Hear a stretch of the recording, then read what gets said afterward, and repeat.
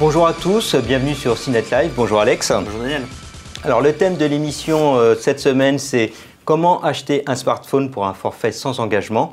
Il faut dire que Free a chamboulé le paysage au début de l'année 2012 avec l'arrivée de ces forfaits pas chers et sans engagement. Tout le monde a suivi derrière. Exactement. Et donc, qui dit sans engagement dit aussi sans téléphone. Et les chiffres de GfK le prouvent bien. Cette année, près de 15% des téléphones vendus l'ont été nus. Donc, par rapport à l'année précédente, c'est 5 fois plus. 5 fois plus. Donc la proportion est assez conséquente. Ouais. Et donc, la question qui se pose, c'est comment acheter un smartphone pour ces forfaits. Il y a différentes possibilités. Neuf, l'occasion. Nous allons faire le tour aujourd'hui avec Alexandre. Et on va commencer par le neuf. Donc, dans le domaine du neuf, quelles sont les possibilités qui s'offrent à nous? Alors, première possibilité, d'abord, c'est tout simplement acheter avec ton opérateur, puisque tu vas t'engager, tu vas prendre un forfait avec Free, Sosh, BNU, Red, les principales offres sans engagement et en ligne. Donc là, ces opérateurs te proposent une gamme de terminaux, de l'entrée, du milieu, du haut de gamme. Il n'y a pas un choix très très vaste, mais ils en proposent tout de même. Ça veut dire qu'ils se sont adaptés. Avant, ils faisaient des téléphones subventionnés, voilà, et là, exactement. ils en offrent, mais non subventionnés. Alors, non subventionnés, en effet. Par contre, ce qui est possible, en tout cas ce qu'ils proposent, c'est un paiement étalé.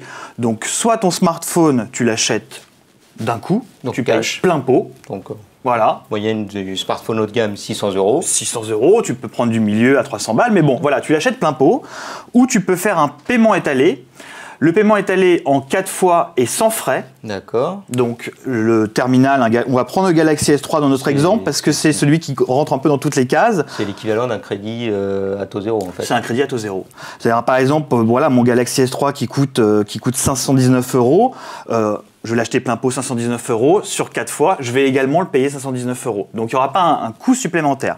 Par contre, si tu dépasses ces 4 fois sans frais, si tu prends un crédit sur... C'est quoi les offres? Donc il y a 4 fois. Donc il y a du 4 fois, du 12 fois, du 24, voire même du 36, donc sur 3 ans. Et ça, c'est Free Mobile. C'est uniquement Free Mobile qui propose. Alors, juste pour le 36 mois, c'est uniquement Free Mobile. Les autres ne le proposent pas. Et puisqu'on est dans la spécificité, Red, donc l'offre de SFR, ne propose qu'une fois. Mais sur ces offres à plus de 4 mois, quels sont les pièges? Qu'est-ce qu'il faut vérifier? Alors, ce qu'il faut vérifier, c'est pas ce qu'il faut vérifier, c'est qu'il faut savoir que dès que tu dépasses le 4 fois, donc le paiement de 12, 24, 36, tu auras un crédit. Donc un taux de 10%. Le taux est de 10%. 10%, il est quand même assez élevé. Autour de 10%, c'est 9,90, enfin bon, c'est quand même assez élevé. Nous, on a fait une petite comparaison pour se rendre compte. Ton même Galaxy S3, je vais prendre l'exemple de Free Mobile, tu l'achètes 529 €, tu le payes aussi 529 en 4 fois sans frais. Si tu le prends en 24 mois, il va revenir à 589 €. D'accord. Et en 36 mois, 609 €. Bon, voilà. C'est des mathématiques. C'est des mathématiques, mais il faut le prendre en compte. Tu as un taux de 10%. Et pour le comparer avec les offres subventionnées, parce que... Alors, si tu as fait j'ai fait le calcul. Bon, alors là, on va rentrer. Rapidement. Très rapidement. C'est vrai que le ticket d'entrée est toujours très attractif quand tu vas sur ces offres classiques parce qu'ils subventionnent très fortement le mobile. Après, le problème, c'est que les forfaits, on touche à autre chose. Maintenant, c'est le forfait qui est un peu plus cher. Donc, dans l'assiette globale, au final, sur 12 mois d'engagement ou 24 mois, ça sera plus cher. D'où la question si les subventions n'étaient pas un crédit. Exactement. Tout à fait. Et donc, en dehors des offres proposées par les opérateurs, il y a des offres nues ailleurs, les offres en magasin.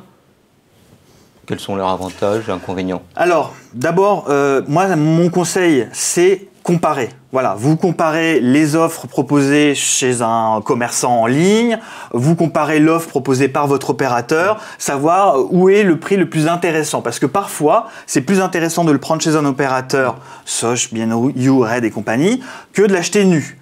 Chez un site internet spécialisé, maintenant il y a des sites qui sont spécialisés, qui vendent beaucoup de smartphones à des coûts assez attractifs. Mais comparer, toujours.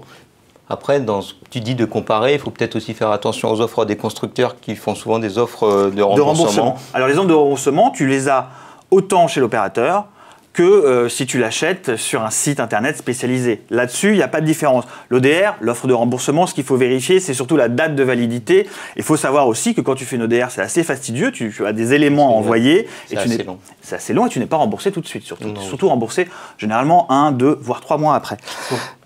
Toi, rapidement, entre opérateurs nus et offres en magasin, tu dirais d'aller plutôt vers quoi? Il faut comparer, voilà, parce qu'il n'y a pas de règle générale. C'est sûr que, généralement, bon, si, on va quand même faire un généralement, quand tu as un smartphone qui vient de sortir, les opérateurs, souvent, le proposent moins cher que dans le commerce, parce que pour eux, c'est un levier d'attraction. On est toujours en nu. Exactement. Je vais prendre l'exemple de l'iPhone 5.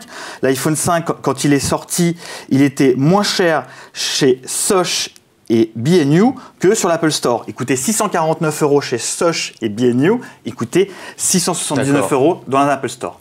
Donc, en gros, tu conseilles de comparer, que ce soit chez les opérateurs ou en boutique nue, mais donc essentiellement faire attention au prix et comparer. Bien sûr. Tu nous as concocté une petite sélection de téléphones neufs qui paraît judicieux. Alors, quels sont-ils? Alors, bon, sur la Select, nous, on s'est attaché à plusieurs grilles tarifaires, donc autour de 100 €, autour de 150 € et 200 €. Bon, pour 100 €, bon, voilà, il n'y a pas de miracle. Pour 100 €, tu as un téléphone. Bon, faut pas trop lui en demander. Je pense que les prix parlent pour eux-mêmes. Exactement. Alors, dis-nous ce que tu as Pour 100 €, moi, ce que je trouve assez intéressant, c'est l'Acer Liquid Z110, qui est un terminal assez cohérent. L'écran est correct, le processeur aussi, la finition et la batterie également, et le capteur photo. Bon, ça fait le job, c'est pas extraordinaire, mais ça fait le job. Il y a un vrai gap entre 100 et 150 €. À 150 €, tu as le Wiko qui est pas mal du tout, ou le Huawei Honor. Le Huawei Honor a une offre de remboursement, on en parlait tout à l'heure, de 50 €. Donc tu attrapes le terminal nu autour des 150 €. Après, les ODR, c'est très spécifique. Voilà, c'est ce qu'on disait tout à l'heure. Il faut vraiment vérifier la période de validité. Le Huawei est super bien. En plus haut de gamme, qu'est-ce que tu as retenu? Et en plus haut de gamme, on reste sur du milieu de gamme à 200 €. Tu as le HTC, je ne sais pas si on va le voir, le One V. Voilà, le voici, qui est franchement fait le job, très belle finition. Un terminal, on commence à avoir quelque chose de satisfaisant. D'accord. Donc, c'est cela que tu conseilles pour le moment. Sur cette grille de tarifs. Après, mais moi, je me suis attardé justement à ces prix-là parce que ça va bien avec les offres sans engagement, je trouve. Et donc, pour acheter un téléphone pour son forfait sans engagement, il n'y a pas que le neuf. Il y a aussi le marché d'occasion avec des boutiques qui se spécialisent dans ce secteur. Et Sébastien Rénal a été faire un petit reportage pour nous. Début 2012, l'arrivée de Free Mobile et des forfaits sans engagement, mais également sans smartphone, a boosté le marché du téléphone d'occasion. Des occasions que l'on retrouve sur des boutiques online, mais également dans des magasins physiques, ayant pignon sur rue. Des dépôts-ventes qui ont aujourd'hui des rayons spécialisés pour le plus grand bonheur de leurs clients. De trouver des produits d'occasion moins chers que du neuf, de pouvoir directement les voir, on va dire par rapport à quelque chose qui serait sur le net. Je travaille à côté, c'est pas la première fois que je viens ici quoi. J'ai acheté un PC moins cher, 6 mois de garantie, franchement ça va quoi. Des prix attractifs, des produits que l'on peut prendre en main. À l'ère du tout dématérialisé, l'enseigne Cash Express joue la carte du conseil et de la proximité. Chaque magasin ayant son vendeur spécialisé qui vous renseigne sur place ou par téléphone. C'est moi qui vous remercie, excellente journée monsieur. Au revoir. Frédéric, quels sont les gros avantages à venir acheter un smartphone ici ? Alors quand on achète un smartphone d'occasion chez nous, dans nos magasins Cash Express, l'avantage principal c'est qu'on bénéficie d'une garantie parce que tous nos téléphones et nos smartphones sont testés lors de l'achat et ils sont garantis gratuitement au moins 3 mois. Voilà, c'est-à-dire si je reviens moi demain, après-demain, après mon achat que le téléphone ne marche pas, je vous le donne, il est garanti. Concrètement, ça se passe comment ? Voilà, il est garanti, donc concrètement, la plupart du temps, on va vous l'échanger. Si vous souhaitez qu'il soit réparé parce que c'est le modèle auquel vous tenez absolument, on travaille avec des centres de réparation agréés dans chaque ville où nous sommes implantés. À l'instar des grandes enseignes, une extension de garantie est également proposée. Si les tarifs sont au-dessus des offres de particulier à particulier, ils font jeu égal avec ceux des boutiques online. Comme ce Galaxy Ace, vendu 129 € en boutique, un prix que l'on retrouve sur le site de vente d'occasion B&U, et moins cher que le même appareil reconditionné sur la boutique SFR. Comment vous construisez votre grille tarifaire ? Alors, comme on a l'avantage de bénéficier d'un réseau de 100 magasins Cash Express qui continue de grossir, donc du coup on a une base de données gigantesque qui contient des millions de références. Rien que pour les téléphones portables, c'est des centaines et des centaines de références. Donc chaque téléphone, chaque modèle est dans notre base de données. Et donc on a les statistiques en fait de chaque modèle, ce qui nous permet d'avoir un Argus extrêmement précis. On sait pour chaque modèle quel prix il se vend, quelle est la rotation moyenne, quel est le taux de panne moyen, ce qui nous permet ensuite d'optimiser le prix de vente. On trouve tout type de modèles en magasin et la plupart sont débloqués tout opérateur. Du dernier iPhone au vieux Nokia pour nostalgiques, mais aussi des téléphones à grosses touches pour nos anciens, ainsi que des smartphones à clavier mécanique. L'enseigne s'approvisionne en achetant cash ses téléphones aux particuliers. Une bonne manière pour le consommateur de recycler son smartphone tout en gagnant de l'argent. Mais pour offrir des prix compétitifs à la vente, le prix d'achat est lui beaucoup moins intéressant. Sur le Galaxy Ace que j'ai proposé, le prix d'achat était de 50% par rapport au prix en boutique. Mais là, c'est au client de négocier en fonction du modèle. Quels sont les autres secteurs où on peut trouver justement des smartphones d'occasion? Alors il y a plusieurs niveaux dans l'occasion. Il y a d'abord ce qu'on appelle le reconditionné. Donc le reconditionné, c'est un smartphone qui généralement a été, voilà, tu l'as acheté, t'as pas été très content, tu l'as renvoyé à ton distributeur et lui derrière, il va vérifier les éléments et il va le garantir. Voilà, c'est ce qui va faire la différence. C'est les produits qui rentrent dans les 7 jours de rétractation, qu'on retourne. Donc en gros, c'est presque du neuf. C'est considéré comme du neuf. C'est du neuf nettoyé. Tu as les mêmes garanties qu'un produit neuf et la même possibilité de retour, tu viens de le dire, de 7 jours. C'est des produits qui sont vendus pour avoir la même espérance de vie qu'un produit neuf. Voilà, c'est très proche du neuf, sauf que c'est beaucoup moins cher. Beaucoup moins cher. Quel niveau d'économie on peut s'attendre avec du refurb? Quand même, tu es autour de 10-15% quand même. Hein. Ça peut être assez intéressant. Surtout, tu as encore une fois la même garantie de 12 mois. Hein. Donc le reconditionné, ça se trouve, c'est la question, où est-ce que ça se trouve? Ça se trouve soit via ton opérateur qui le propose, soit via des sites spécialisés qui le proposent également, des distributeurs. On peut parler de l'Apple Store avec son refurb. Il y a vraiment une boutique dédiée au refurb sur tous ces types de produits. Oui. Donc dans des distributeurs, chez des opérateurs. Voilà. Globalement, c'est là où tu le trouves, ton reconditionné. Et sur ces deux chaînes, il y en a une que tu conseilles le plus? L'opérateur, la boutique? Tu en trouves... Enfin, le constructeur, pardon, ou la boutique.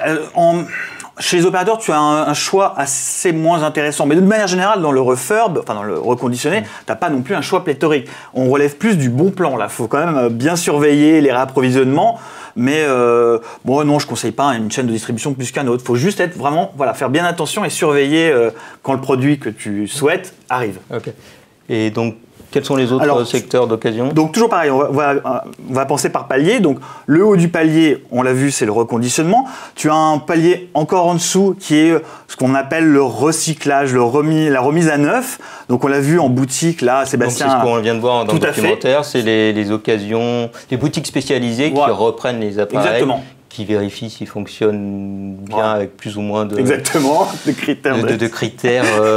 Avec plus ou moins d'exigences. En tout cas, eux, ils le garantissent. 6 mois. Alors, tu as aussi des sites spécialisés. Là, on a vu une boutique physique. C'est bien la boutique physique. Ça te permet de regarder le produit. Tu as des sites spécialisés où il y a Recycle dedans. Je ne vais pas citer de marque, il y en a plusieurs.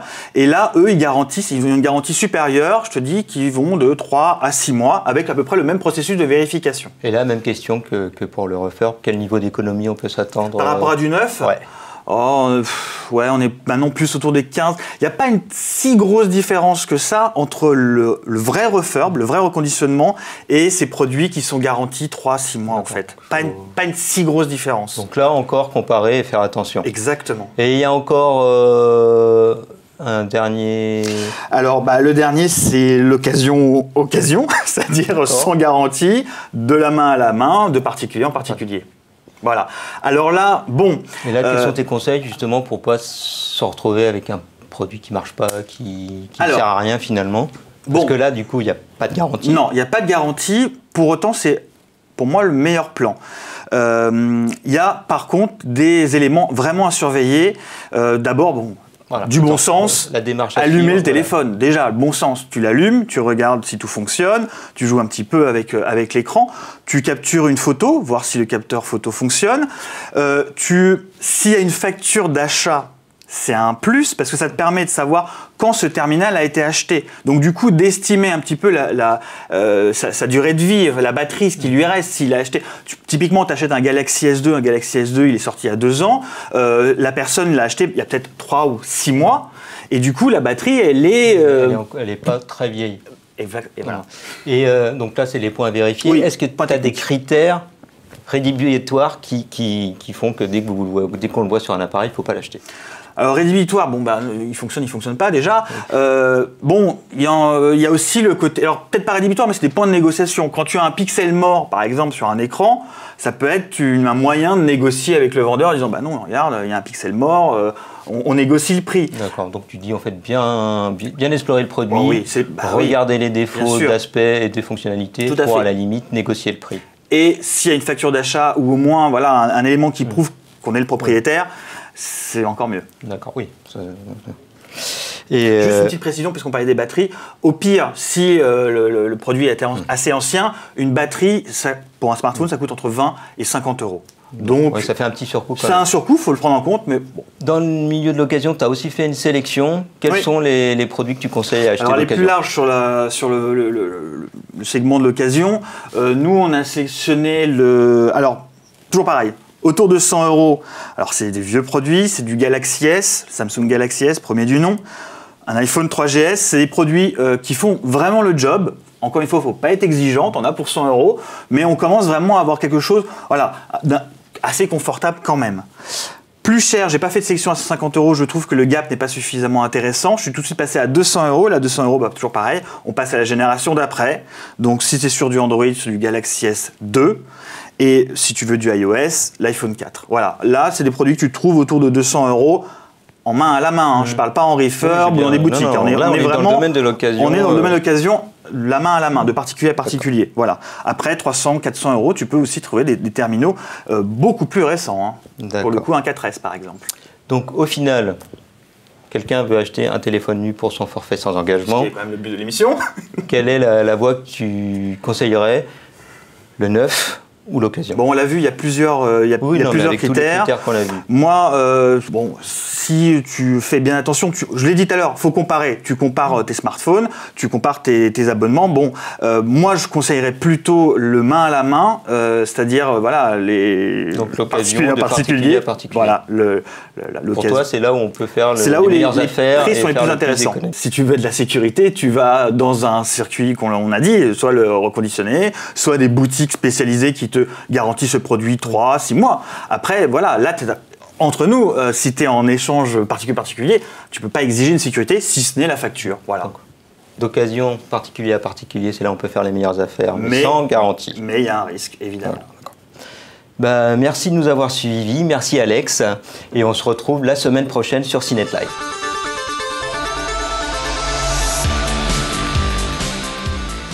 En vidéo également sur Dailymotion YouTube et en podcast iTunes. Retrouvez-nous sur Facebook /CNET France et sur Twitter @CNET France.